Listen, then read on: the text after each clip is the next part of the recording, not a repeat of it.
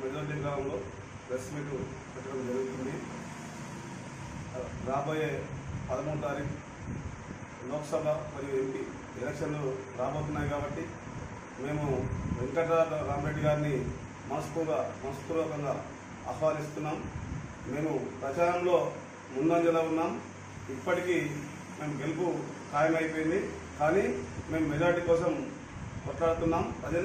ప్రజల దగ్గర పోయి అడుగుతున్నాం.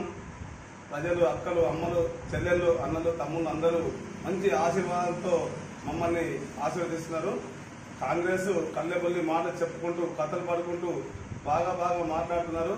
నిన్నగాక మొన్న సీఎం సిద్దిపేటలో మీటింగ్లో చాలా మాట్లాడిండు. ఆ మాటలకు సవాల్ చేస్తున్నాం.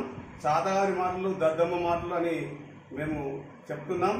బీజేపీ నిన్నగాక మొన్న ఒకసారి గెలిచిందో లేదో మా కాన్స్టిట్యున్సీలో ఏ పని అమలు చేయకుండా అరవడం తప్ప పని లేదు. పని కట్టుకొని మరీ తిరిగి కూడా బీజేపీలను మేము ఓడిస్తామని మనస్ఫూర్తిగా చెప్పుకుంటూ ఇదే సీరియస్ వార్నింగ్ 2 లక్షల మెజార్టీ వెంకటరామరెడ్డి అన్నగారు జై తెలంగాణ నినాదం మీద 2 లక్షలతోని గెలిపించి మేము కేసీఆర్ కు గిఫ్ట్ గా ఇస్తామని నేను విన్నవించుకుంటున్నాను. ముఖ్య ఉద్దేశం ఏంటంటే మేము గత 10 రోజులుగా ప్రచారం చేస్తున్నాము. ఏ గల్లీలోకి పోయినా, ఏ విలేజ్ లోకి పోయినా ప్రజలు బ్రహ్మరథం పడుతున్నారు. ఈ 4 నెలల కాంగ్రెస్ ప్రభుత్వం చూసి బాధపడుతున్నారు. కేసీఆర్ దూరం అయిపోయాడు మాకు. ఈ వాళ్ళ ఇప్పుడు 4 నెలలకి ఇంత బాధపడుతున్నాం, 4 ఏళ్ళు ఇంకెంత అనుభవించాలనేది ప్రజలు పెద్ద బెంగటం ఉన్నారు.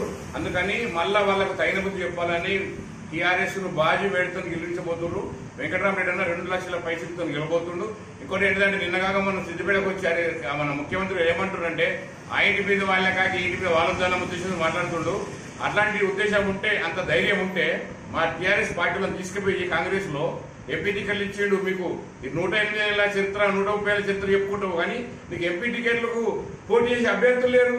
మళ్ళీ మా అభ్యర్థులు తీసుకుపోయి, మా ఎమ్మెల్యేలో ఉన్న అభ్యర్థులు తీసుకుపోయి మీరు ఎంపీ టికెట్ ఇచ్చి నిలబెడుతున్నారు. ఏదైనా మాట్లాడే ముందు ఆలోచించుకోవాలి. ఆకాశం మీద వస్తే నీ ముఖం మీద పడుతుంది. టీఆర్ఎస్ ప్రభుత్వంకు ఒక క్రమశిక్షణ ఉంది కాబట్టి భారీ మేరతో మేము గెలవబోతున్నాము. జై తెలంగాణ.